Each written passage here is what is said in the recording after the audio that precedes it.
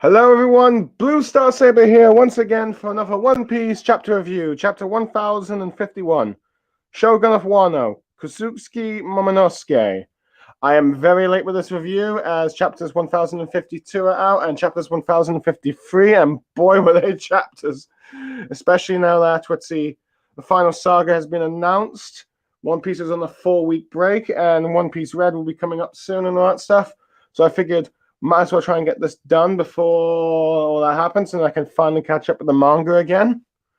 So yeah, on to the actual chapter 1051, blah blah blah. But first, Gemma's 66R, an emotionless excursion, volume 13, Gemma's escape, in which we see the Sanji's four Germa siblings walking out from an explosion in a sort of like Power Rangers like kind of style, if you ask me, or Super Sentai in Japan. It's a nice little panel to show that, yeah, they escaped and they've caused a bit of carnage as well, because, well, they're Germa and they're Sanji siblings.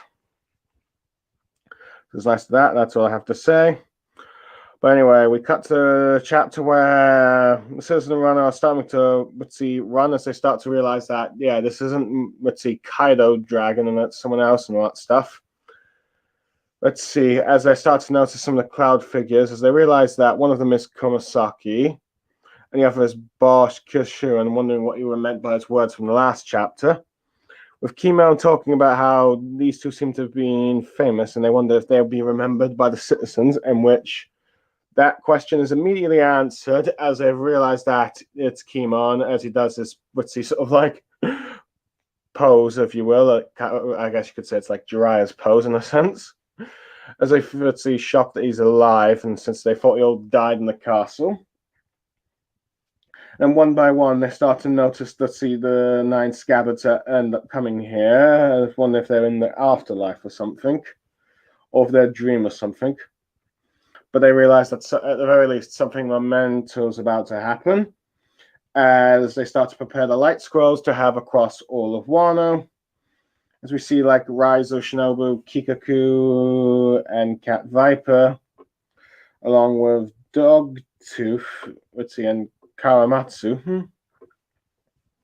As people realize it is the Akazaya 9, though I'm surprised no one's mentioned the comments about how Conjurer, well, granted, most of Wano citizens don't know he's a spy, or what Ashura Doji is, as well as Izo, but then again, that's for a few later chapters. As they realize 9 followers of Oden, or at least most of them are here, even though they thought they died 20 years ago, but they've realized that Lady Toki's words are true. I think one of the citizens there might be one of the women that Oden saved back 25 years ago, but I can't really tell, but either way, she seems to have aged really well, but then again, that tends to happen with, how Oda tends to draw women for One Piece. They either age really well or they age very poorly, but anyway, we end up seeing Ringo, and we see the fox thing that was with Karamatsu. I've forgotten what its actual dog creature is that had that devil fruit that turns him some sort of mystical creature. In Ringo, then Hakuma, where we see those 2 kids that were terrified of the numbers, as they were wondering what was going on since they thought it was an earthquake. Then Kibi. Then Kiri, seeing that many of the citizens from like that area still appear to be okay. Let's see. I am curious though. Let's see. I gotta get that beast pirate up. Beast pirates. Beast pirates.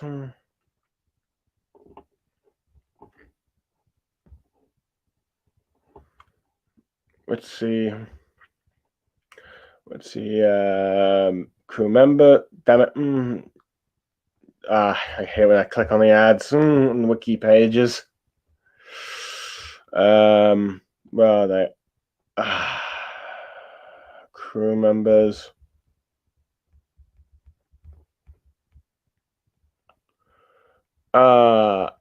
Headliners. I believe. No. Oh yeah, Holden, the lion belly guy. I wonder what happened to him. And of course, there is Udon, in which we see Banaki, who is. Let's see. Who is shouting out got more important things than the signal and all that stuff, but it's who is clearly still like probably under Tama's control and all that stuff, or under Tama's abilities, but we'll get to that later. And of course, Ibu Sultan, where everyone's smiling. As everyone's just wondering what's going on as the light scrolls are being put on. Meanwhile, we cut to the Straw Hats, who are shocked that Yamato is regarded as Kaido's son, and it seems like, let's see, Yamato should probably still be referred to as he, which the other chapter would probably go on a bit later, even though there's been a bit of confusion. Not to mention some very political debates, given the fact that, let's see, what Yamato's gender might mean for some people. But I'm not going to, let's see, which, to be fair, I've been calling Yamato she for a while, but it looks like I probably should go back to calling Yamato he. But Franky thinks that, let's see, well, Nami, Usopp, let's see, is shocked about, let's see, Yamato being Kaido's son. Let's see, Franky thinks there's more fighting to do and all that stuff, but, or is it Franky that says you're Kaido's son and Brock wondering if there's more fighting to do? But Yamato ends up telling them that that he is not the enemy, and he's been following all the exploits in the newspapers. He wasn't sure if they all were human or not. And you see Sanji running towards there. But some of them are also questioning Yamato about the horns and all that stuff, given the fact that he just made a joke about, let's see, whether or not they're human. Let's see, which I think Yamato is like supposed to be an Oni, but I think there probably needs to be more clarification on that. But anyway, Yamato introduces himself as Kozuki Oden, and also Yamato, but he wishes to join the crew and all that stuff, which shocks Nami and Usopp, though Tama remains face frozen. Franky seems puzzled. Brock and Sanji are all for it. Robin finds it amusing, and Jimba says that we have to get the confirmation from the captain first. With Yamato hoping that Luffy's all right. Let's see. Talking about how he's a mess with what he did. However, Yamato makes sure that the beast pirates who are attempting to flee stay where they put, even though they clearly don't want to be slaves. And this apparently gets Jimba to at least convinced, at the very least, that Yamato is not a hostile foe. With then Hamlet and the other headliners are under Tama's control, telling those beast pirate subordinates to stay where they are. All that stuff. With Usopp asking what will happen to the smell users, with Tama revealing that her power, once the moon comes back around, her jutsu wears off, so in about a month's time, and says that some of them will go back to what they were before. Others will remain her friends. It'll be up to the choice with them, with more comfortable with her. Speed choosing that she wants to stay with Tama and happy with the master thing. With her saying that that's why she appreciates that, but she doesn't really want her to be a servant, more like a mother, and that they hope to stay forever, which kind of surprises Nami, but it seems to touch Speed. Anyway. As the Straw Hats now start to pay attention to the monitors again, as the 9 scabbards are all kneeling, and they're wondering who it is. As the figure starts to introduce himself by Birdsey, saying it's been 20 years since his father's death. But the citizens one are realizing that could this possibly mean? Let's see. As Momosuke says that he's so glad that everyone has survived these long, difficult years, telling them that the festival's not ending, and tomorrow they'll do as many as they will like. Let's see, with some people a bit shocked by this, but some saying, what about Orochi? As Momosuke continues on about how they should continue to drink, as we see the carpenter that Franky worked for. Telling them they no longer have to pay for like water from the earth and all that stuff. as some more citizens that are from the more poor regions take note to this, and that all the poison factories that allow contaminated Wano will be removed, and there'll be no more slaves. As Tama realizes it's Momo, as she thinks back to the flashback about how people were being worked to the death, and then 4 people apparently died with her, and we see a young Tama and her young pet, I think, Karamatsu. Let me just, I'm just going to get Tama. Let's see. I'm just going to get Tama's wiki page, as that pet would probably appear there. I believe it's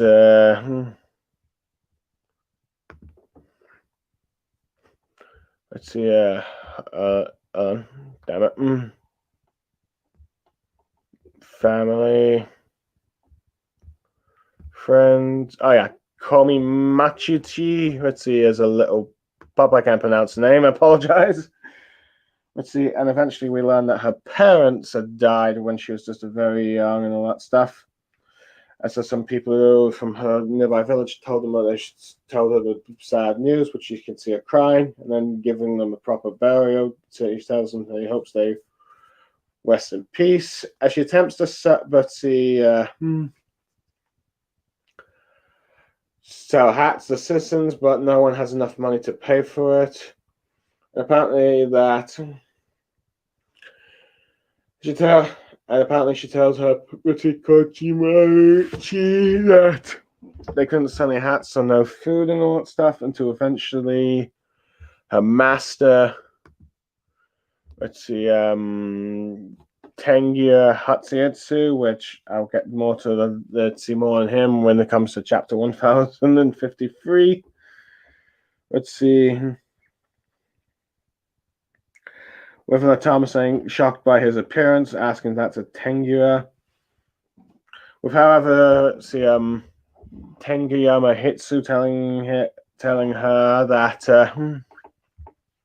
that she should just wait a few more, that she just only needs to wait a few more years, as the Kutsutsu clan will return and and vanquish the ogres away for good, which I think is pretty much, kind of species, or at least due to the beast pirate's appearance, they're just assumed to all be ogres. However, Gritzy Tama believes it. Let's see. Then she describes to Barrett, and this is probably how she becomes his apprentice. As we now see her having Nami crying about what's happened, with her thinking back to what Luffy's promised to her. As Momosuke declares that the reign of Kaido and Orochi is gone, thanks to the allies they've made with the ninja, pirate, mink, samurai alliance, in which they led a raid on Kishima, declaring them vanquished and all that stuff. The Betty and everyone's now free, which shocks many of the people in town, as many start to cry tears for joy. Finally happy with the surf killers, saying like, what alliance? With then the citizens starting to cry with Law with Beppo, I think him tending to Law's wounds or something. As Momo criticizes that they never forget the sacrifices of those who paved way for Wano. Characters Gritzy crying, Otoko watching on, with Momo running out of things to say, with Kimino telling him to just wing it. Let's see, with Momo thinking back to what Luffy asked him about if he's a figurehead or not. As he ends up saying how his name means invincible, and he wishes to turn this place to a paradise, but telling everyone to lend him the strength as he has traveled 20 years for this moment, and all that stuff to save them. As he declares himself, I am Kosuke Momosuke, as we see him finally for the first time in his now adult form, as he leads Wano, as we see Scabbards and his sister crying tears of joy, as well as the citizens, as he thinks how he'd keep his promise to his parents. Let's see. As he tells Fritzy, his father, he will follow in his footsteps. As we see the Straw Hats and Yamato smiling. As it's been declared that the true Shogun has returned at last, and has been... It's Lord Momonosuke. As the narration goes about how on that day the sky danced and all that stuff with petals in the sky, about how this is the land of Wano and how this man of 8, which see as we see her sister, as they see her, let's see the siblings reunite as she cries and then hugs him and all that stuff. Let's see. As I talk about how this is the beginning, this is the birth of the man who would later be known around the world as the great shogun of Wano, Kosuke Momonosuke, saying that this is like the beginning of his legend as him and his retainers walk back to the capital, to the palace, ending the chapter. Okay, quite a bit to unravel here. Let's see, I do like how the little joke about Kimo wondering how, given how everyone seems to think knows, Kumasaki and Koshiro, wonders they've forgotten. I do like his funny pose, Jiraiya pose, if you will. Let's see, and all that stuff. I like how many of the citizens are confused at first, but but as more and more pieces come together, they're like, is this some dream? Can it be true and all that stuff? I do like how we got every place in Wano getting a notice, and we see some of the characters or some of the background characters that we've seen before, such as the dog and some of the, like I said, children that saw the numbers. As people are starting to, of course, realize that, Toki's prophecy has come true, which I'm glad that was brought up. I'm glad that we saw quite a few of the places. But anyway, but my favorite bit is probably the stuff to do with Yamato as we get the Straw Hat's reaction. So I'm shocked that Yamato declared himself as Kaido's son and all that stuff. Though thinking that he might be an enemy, but this says, no, I'm on your side. And there's a little joke between them about whether or not who's human or not and all that stuff. I do like how he declares that I'm joining your crew and all that stuff, which of course gets this typical reactions from what you expect with Nami and Usopp being the most skeptical, being shocked. What? Frankie being a bit, questioning in the thing. Brock and Sanji, due to the fact that Yamato, while identifies a man, is originally a woman or female, whose gender is female, or at least his original gender is female. I really need to be careful on this topic, but since they probably see Yamato as a beautiful woman, they're excited about it. Robin, of course, being amused because just how ridiculous her joining of the crew is. And Jinbei, of course, being the most cautious. Saying that, okay, I need to get this confirmation from the captain first, so, which Yamato agrees that that's fair enough. I'm pretty certain Luffy will allow Yamato to join the crew, though whether or not he'll allow... Though I'm curious to see how he will respond to Yamato being Kosuke's Oden, though he seems to have accepted it at this point, though I know some people that feel like that Yamato needs to drop that, but I like how Yamato is concerned for Luffy, but yeah, Chopper's too busy to taking care of Luffy and Zoro to react to Yamato's declaration. But I do like how Yamato's telling the Beast Pirates to stay away, but they're like, no, we don't want to be slaves. With Jinbei saying that, but this seems to at the very least confirm that Yamato is at least not a hostile foe, though even though might not accept it with Yamato yet as a Straw Hat. And during this, we also got some of the small users that under Tam's control, all that stuff, which we finally get a confirmation about, how long the effects of Tama's abilities last. And apparently it lasts from until the moon rises and then the effects come off. I'm not sure if that's some sort of Japanese folklore with dongos and moons and all that stuff, but at the very least, it's nice to know that that's been addressed, because if they remained under Tama's control forever, that would have some very ethnical questions about, let's see, lack of free will and slavery and all that stuff. But after a month, the effects will wear off, and then the beasts, let's see, the animals, and or in this case, the smile users, will determine whether or not they wish to join or leave. Let's see, Tama, in which we got Speed confirming that yes, let's see, she's and let's see, but Tama, of course, wants a mother, and we can see why from the next few pages when let's see, when Momosuke sorts to introduce himself and all that stuff. I guess Nami's probably also a bit surprised with perhaps Tama's decoration, but she is probably happy that Tama has found a mother figure. That stuff, but anyway, as we end up learning Tama's flashback, that let's see, with how she ended up meeting her ninja, let's see, her master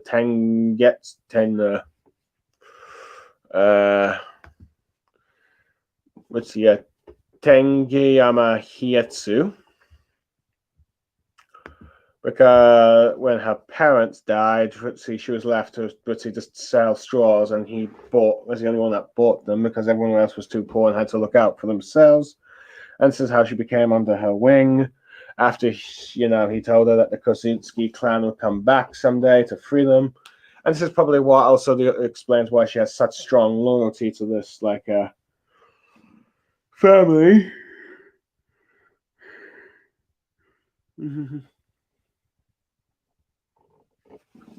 But anyway, I do like how, let's see, Momosuke has ended up telling everyone that the festival's still going on. They can still celebrate, drink wine and all that stuff. And let's see, and all the things that they had to suffer for the last 20 years, be it lack of water, poisoned land, contaminated and poisoned land, and slavery, will all be abolished and all that stuff. I do like how Tama ends up crying to Nami, yes, finally it's happened, as she realizes that Luffy has finally managed to fulfill the promise.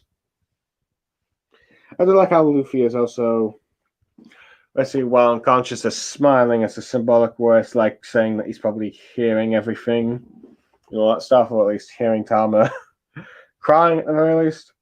But of course, he's probably just unconscious.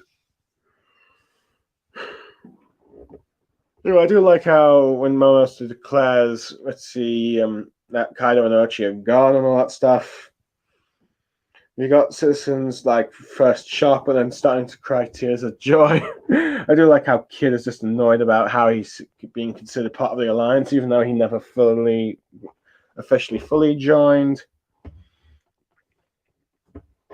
And Law's just standing there being pouty, or just listening at least, with Beppo. They both got serious faces, so who knows? Carrot is crying. We see Carrot has a bit of tear in her eye, I think. As all their efforts are being paid off, including for Pedro's sacrifice, no doubt, though whether or not what happens to Carrot later remains to be seen, for all I know. Carrot may or may not still join the Straw Hats, or may just go back to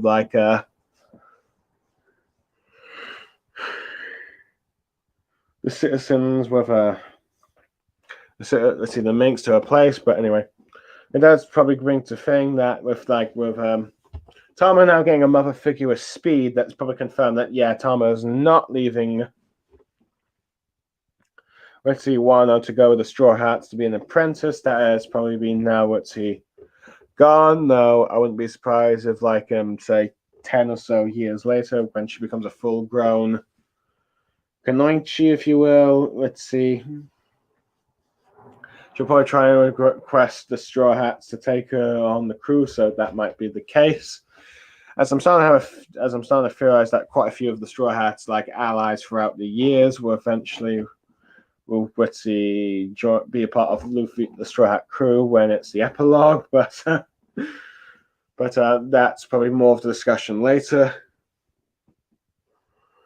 Anything how Toku is smiling, and let's see, given the fact that this is probably now going to be probably a genuine smile that matches her condition, since that devil, since the smile effects made her do nothing but smile. I do like how Momosuke is still quite young and inexperienced, and he ends up asking Kimo for advice, and Kimo is like, just wing it like he's done, which has been pretty lucky for him so far. I do like how he just remembers Luffy's words from before about being a figurehead. But anyway, I do like how he declares like what his name means and all that stuff, and how he asks others to help lend his strength and all that stuff as he hopes to bring the country back to prosperity, as he's come 20 years to see them. And I do like how what his adult design is. Now, you can clearly tell that there's some like signs of Odin with the pretty shape, with the jawline and all that stuff, and maybe the face a bit, but it's mostly just long hair. Let's see, quite long hair. Let's see, I guess Madara hair is what I can think of. Right? No, not really Madara hair, but like a sort of a loose kind of hair and all that stuff, as he declares, and his clothes have also come on him and all that stuff. It seems like they've somehow aged as well, or at least Kimimon has given Momosuke a new set of clothes. I do like the design and all that stuff. Pretty much very similar to Onan, but like a bit of his own original designs as well, because they're clearly two different people. As I do like how he thinks to his promise to his father, as like his, scabbards are all crying and all that stuff. I do like how they're all just so happy that he's finally become a full-grown man. And everyone else is just, and everyone else from the Straw Hats is just smiling. I do like how the narration at the end talks about how on this day in this land, this is the beginning of a new legend, even though it's a man of 8 years old. And I do like the embrace between the two siblings, as we're wondering how they would react if they saw each other. With Hitsuri, let's see, getting that sort of childlike, let's see what she had with Zoro for finally hugging Momosuke and all that stuff, as this, as Nine's Momosuke and the 9 retainers, or at least what's left of them, and as long as Shinobu and the sister walk back inside. And I do like how this is the narration saying that due to the events that have taken place here, this is the birth of the next great leader of Wano, the Shogun Momosuke, and apparently the whole world will eventually learn who he is, as there's probably confirmation that eventually he will open the borders to Wano and all that stuff. So there we go, like that. To be honest, there's not much of a too much to be here. It's more of just like a sort of epilogue before the epilogue here. It's like, this is just Momosuke declaring himself to the citizens of Wano that Kaido and Orochi are no more. Let's see, he is now Shogun, much to everyone's delight. Let's see, I do like how he's a bit, is a bit not completely confident, as he ends up asking Kimon to advice and ends up remembering what Luffy said and all that stuff. The confirmation of Tama's, devil fruit abilities weaknesses, at least, and the interactions with the Straw Hat Pirates with Yamato. So if Yamato does join the crew, which is pretty much, I think, 99.9% likely to happen at this point, let's see. He's going to get along fine, particularly with Brock and Sanji, who are just, perverted in nature. Jinbei, of course, being skeptical, but of course waiting for Luffy, with Robin just being amused, and Usopp and Nami just being shocked by the whole events. But yeah, overall, I'd say it's like a 7 to 8 out of 10. Fine chapter, nothing too much to discuss, nothing bad happening. It's just a good chapter. Let's see, narrating the beginning of this new the legend of that is going to be the announcement of the new Shogun with like Momosuke and all that stuff. Anyway, thank you for watching this review. Let's see, which I hope you will watch in the background, which I should pretty start to announce in the beginning of these streams. But for those who managed to watch this and managed to stick to for the end, I hope you had a fun time hearing my thoughts. let's see. I am Blue Star Saber, and I'll be signing off. And hopefully, the next 2 chapters I'll be up to date. And then finally, let's see, I can get up to the latest chapters. So yeah, goodbye everyone for now, and I'm off.